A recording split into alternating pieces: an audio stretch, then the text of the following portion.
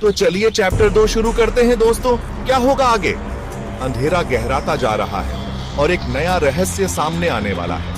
खतरा बढ़ रहा है, लेकिन किसके लिए? कौन बचेगा और कौन फंस जाएगा? बने रहिए, आगे कहानी और रोमांचक होने वाली है। जल्दी चलो, देर नहीं होनी चाहिए। गाड़ी रोको। जरा 2 मिनट गाड़ी रोकना। रोकिए रोकिए।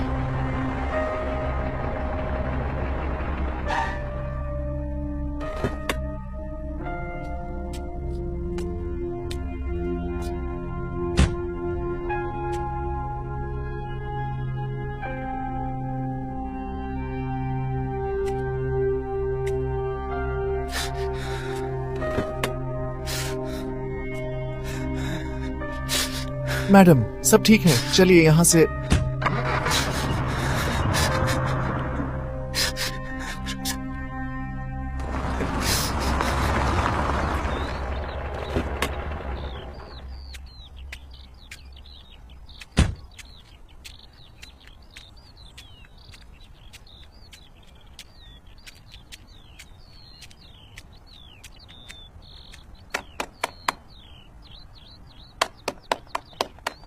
कोई है? दरवाजा खोलो।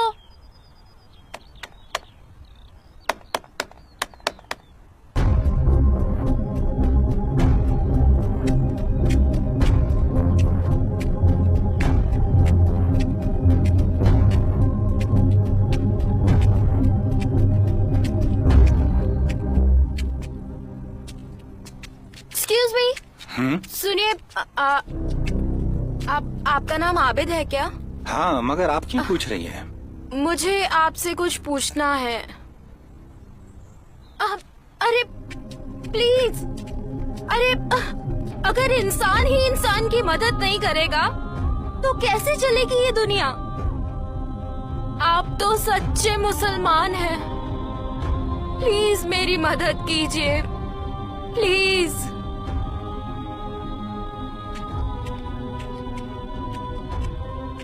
जिस मसले को लेकर आप यहाँ आई हैं, आप यहाँ कैसे आए? उसका यहाँ कुछ नहीं हो तुम्हें सकता। यहाँ नहीं आना चाहिए था। पर आप मुझे आप एक कौन बात हैं? बताइए, और ये घर किसका है? क्या सच में जो ये बाबा घर उसी का है, इच्छाधारी कुमुख हैं, जिसका इंतजार वो अब खत्म हो भूत, चुका है। जिन, किसका आत्मा, इंतजार? इन सबको बाहर निकाल आगे देते क्या हैं? होगा? लोगों का तो यही कहना तो है। दोस्तों, कैसे? आपका क्या मानना है?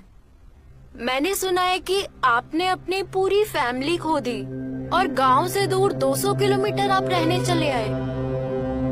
ऐसा क्यों? जिस गांव से आप आई हैं, उसी गांव के पास मैं अपनी पूरी फैमिली के साथ रहता था। एक दिन मेरी छोटी बहन अजीबोगरीब हरकतें करने लगी। हम बहुत डर गए, जल्दी जल्दी उसे डॉक्टर के पास लेके गए, लेकिन डॉक्टर की समझ में कुछ नहीं आया। उसे ऐसा क्यों हो रहा है? हम बहुत परेशान रहने लगे।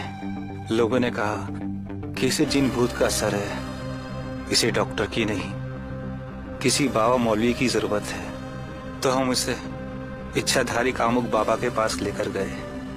वहां उसका इलाज कराया। उसके इलाज से वो ठीक तो हो गई, लेकिन फिर कुछ दिनों बाद फिर से वो अजीब गरीब हरकतें करने लगी। और उसकी हरकतें इतनी बढ़ गई कि वो अपनी वासना और तृष्णा की बातें भी सबके सामने करने लगी। हमारी समझ में कुछ भी नहीं आ रहा था, जैसे वो कहीं खो गई हो। हम उसे फिर बाबा इच्छाधारी कामुक के पास लेकर गए। उसके इलाज से वो ठीक तो हुई, लेकिन फिर कुछ ही टाइम बाद फिर उसकी वही सब हरकतें होने लगी। कुछ महीने गुजर गए और मेरी बहन इस दुनिया को अलविदा कह गई। मेरी अम्मा को बहुत बड़ा सदमा लगा और वो भी नहीं रही। मुझे उस गांव में किसी जिन का साया सच में लगने लगा। मुझे उस नेगेटिविटी में रहने में डर लगने लगा था। लोग कहते हैं इच्छाधारी कामुक बाबा का काला साया है, अगर वो इस गांव से चला जाए तो सब ठीक हो जाएगा। मुझे याद है उस टाइम बहुत सारे 18 से 30 साल तक की अविवाहित लड़कियां आए दिन मरती थीं। हर तरफ चीखें थीं, हर किसी की आंखों में आंसू थे।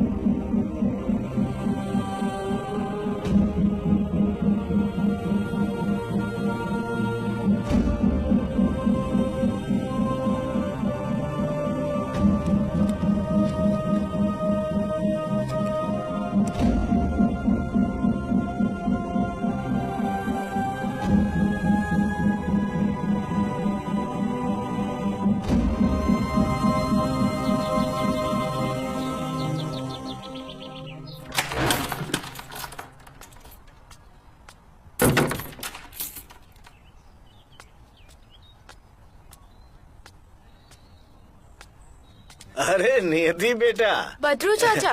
कैसी हो तुम? अच्छी हूँ चाचा जी, आप प्लीज मेरे साथ चलिए। कहाँ जा रही हो? बद्रू चाचा, आज ना मुझे आपकी बहुत जरूरत है, आप प्लीज मेरे साथ चलिए। कहाँ जा रही हो? बद्रू चाचा, आप चलिए तो सही। अरे जा कहाँ रही हो, कुछ तो बताओ। बद्रू चाचा, आप प्लीज मेरे साथ बैठिए, चलिए। ओहो।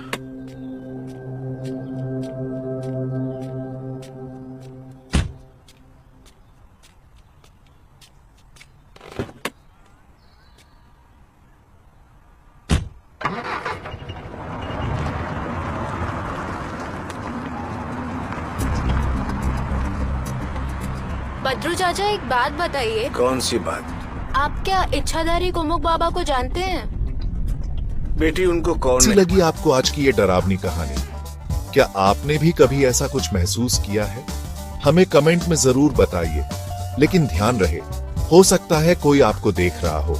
अगर आपको वीडियो पसंद आया हो तो इसे लाइक करें, शेयर करें और मिस्टर एंड मिसेस गालगट चैनल को सब्सक्राइब करना न भूलें। अगली बार फिर मिलेंगे मिस्टर एंड मिसेस गालगट पर चैप्टर 3 के साथ एक नई और खौफनाक कहानी के साथ। तब तक रात को अकेले मत निकलना, क्योंकि अगली बार शिकार कौन होगा कोई नहीं जानता।